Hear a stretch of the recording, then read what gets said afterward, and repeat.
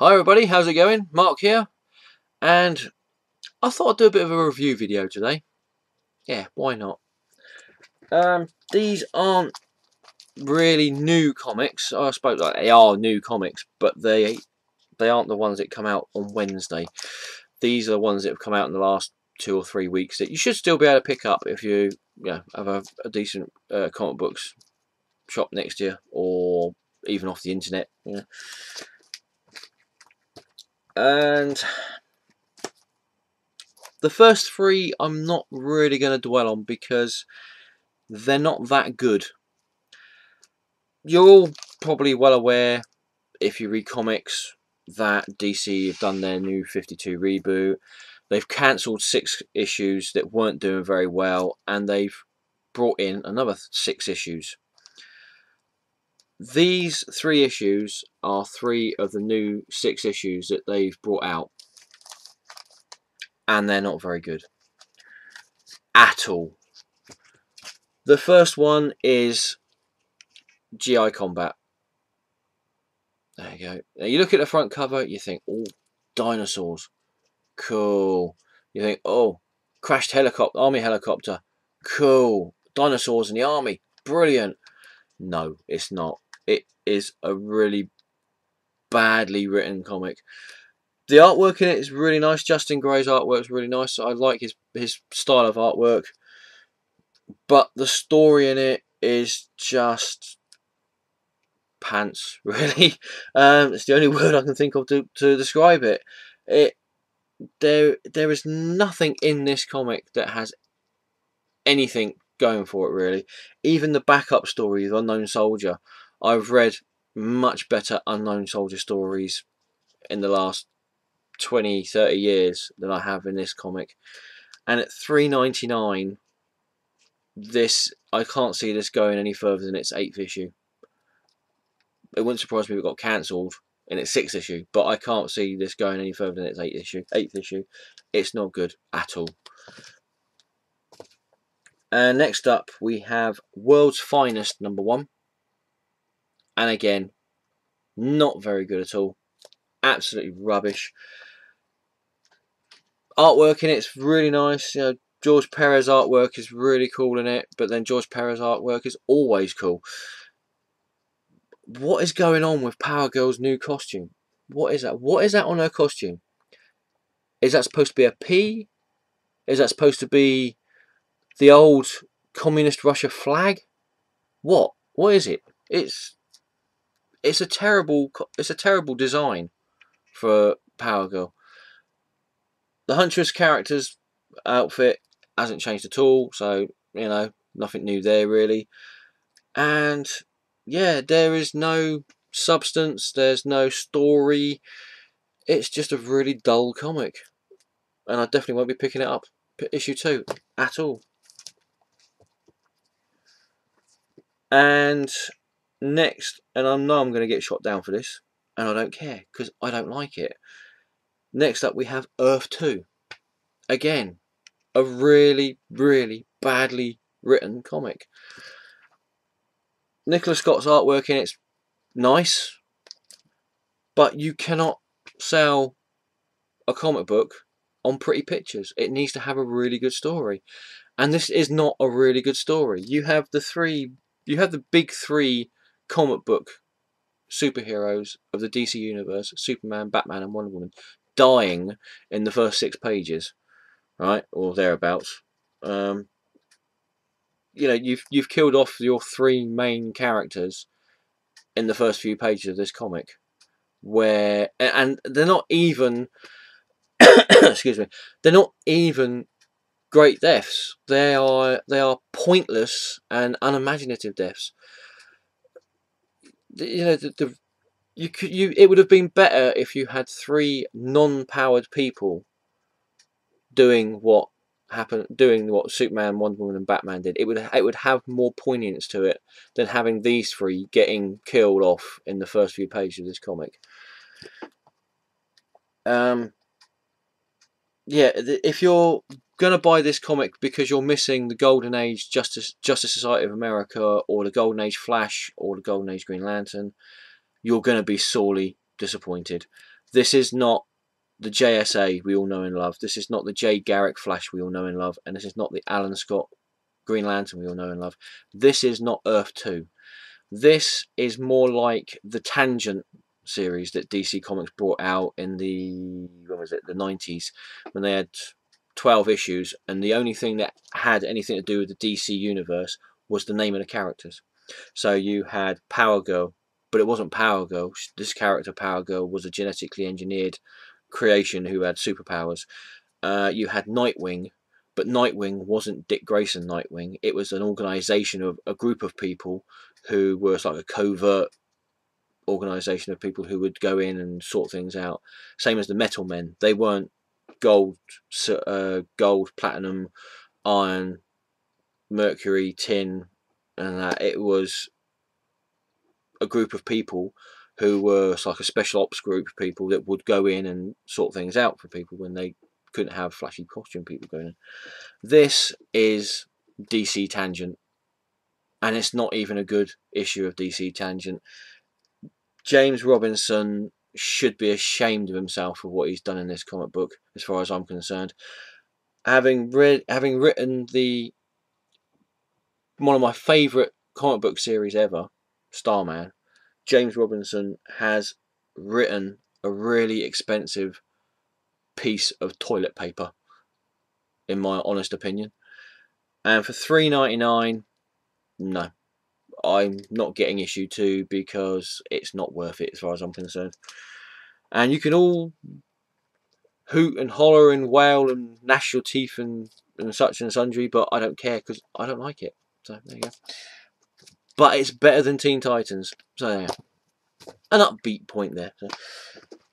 Now, this one is definitely worth getting from the new 6 from the DC Comics, and it was a really good read. I had, you know, a few misgivings previously on it before I read the comic, but they soon went after I read the first few pages, and it is Dial H #1, and it's brilliant, absolutely brilliant.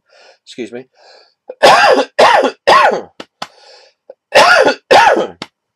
Oh, excuse me. See how excited I am? I'm even coughing. If you enjoyed reading Grant Morrison's run on Doom Patrol, you will like this. It is that really weird, strange, quirky, out there sort of style of Grant Morrison, but it doesn't take the time that Grant Morrison takes when he writes a comic. Usually in the fact the first, when you read a Grant Morrison comic, for the weirdness to come in, it's usually around about the 5th or 6th issue of the comic that the weirdness starts to creep in, and then after about this like 8th or 9th comic, it full blown. This has the weirdness in it straight away.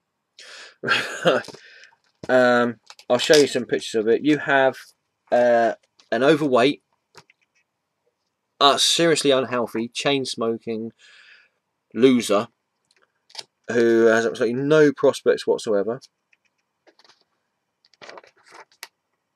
and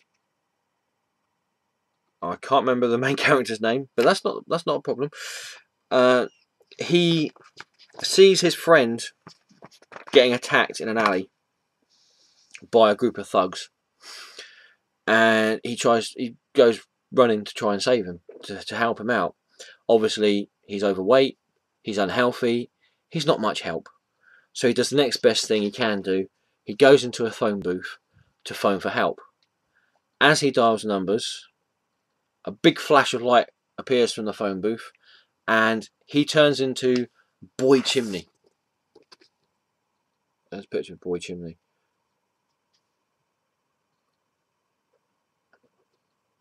A cross between, I would say, Jack Skellington from The Nightmare Before Christmas and the Marlboro Man, I suppose. He controls smoke. He can... What Green Lantern can do with his Green Lantern, Boy Chimney can do with smoke. He creates these wolves that attack the thugs and completely beats 7 shades of proverbial out of them, really. he saves his friend. He takes his friend to hospital, and he transforms back to his normal, overweight, unhealthy self.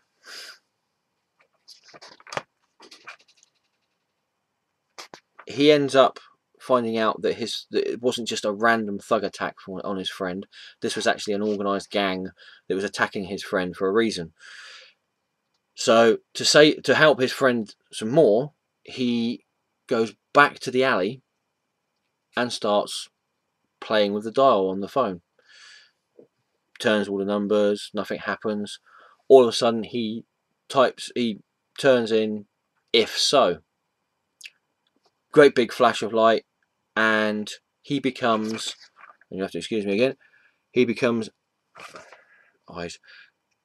Captain Lachrymose. And I should show you a picture of Captain Lachrymose.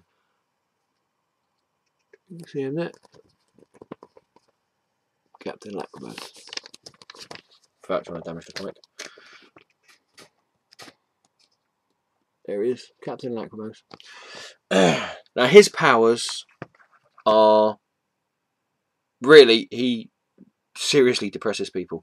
He forces people to lament about past misgivings and acts that they've done, or people they've lost, or pets that they've lost, and it works. He completely paralyzes the whole gang and the head of the gang. The only thing that stops him is this weird, decrepit old woman who starts spewing black stuff all over him. Just there. That's the one.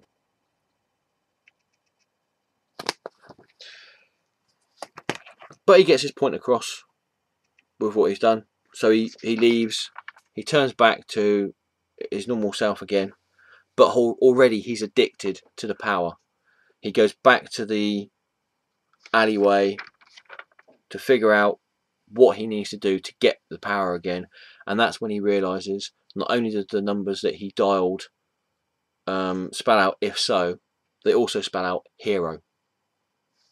And this comic is just brilliant. The way that they have figured out how to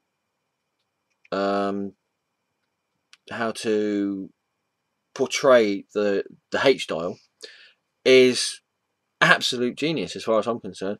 If you remember in the old adventure comics, and also in the series that was out in the sort of mid to late 90s, early 2000s, also called Hero, the H dial, excuse me, the H dial was a small portable handheld thing that you pressed the buttons on and you got the powers, and you could carry it around with you.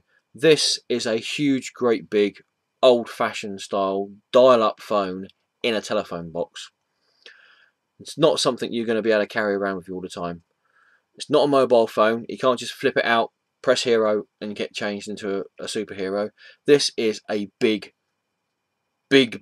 piece of equipment that he needs to use to turn into a superhero, which is going to be interesting, because what happens if he's miles away and he needs to turn into a superhero then? Yeah, it's a really good take on the old H-dial premise, and I'm really enjoying it. It is brilliant. Brian Boland's cover artwork is fantastic on it, as all Brian Boland cover artwork is, as far as I'm concerned. I also picked up, this is how good the comic was, I also picked up the variant cover as well. That's the variant cover. Really nice. And it was just a joy to read. You can definitely see that it's going to fit better into the dark section of the DC universe, like Animal Man, Swamp Thing, Justice League Dark, I, Vampire. If it will fit into that or not, whether it's supposed to slot in with that group of comics, I don't know. But I'm really enjoying this, and I can't wait for issue 2 to come out. Really worth picking up. And next, excuse me, we have Bulletproof Coffin, Disinterred #4. And again, this is a weird comic. You'll probably see Ghost Critic, he's reviewed this comic as well, so I'll try not to go over old ground really. What you have on this is 4 panels on each page, and each panel does not correspond with the next panel that's on it or the previous panel before it. I'll show you what I mean, because it is a lot easier for me to show you than it is to actually describe this comic. It's been made so that you can read each panel in any order on any page in any way. Let's have a look. The most, this one here, there you go.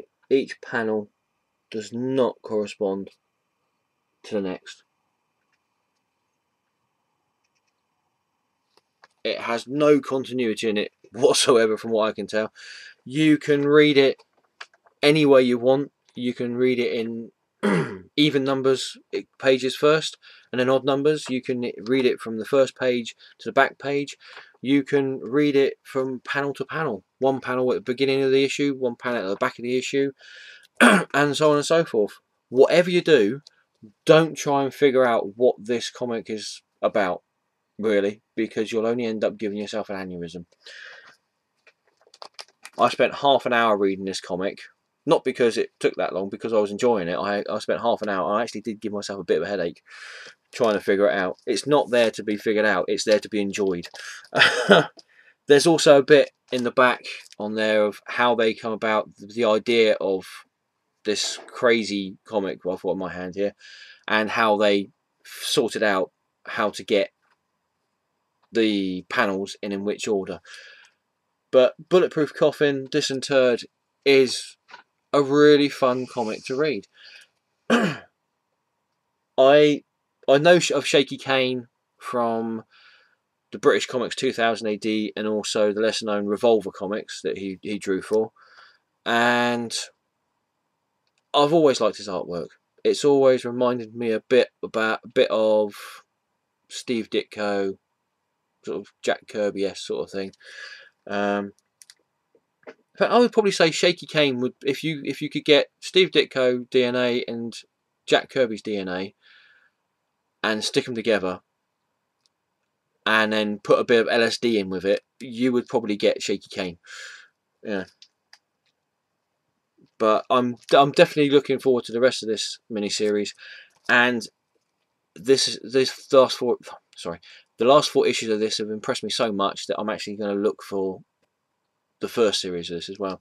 If in trade paperback, and then see if I can get the single issues as well. So definitely, Bulletproof Coffin, definitely worth picking up. And finally, we have a comic. This is the best comic I've read so far in May, and I cannot believe that I nearly didn't pick it up. I cannot believe I ummed and ahed about getting this one more than I ummed and ahed about on my videos here.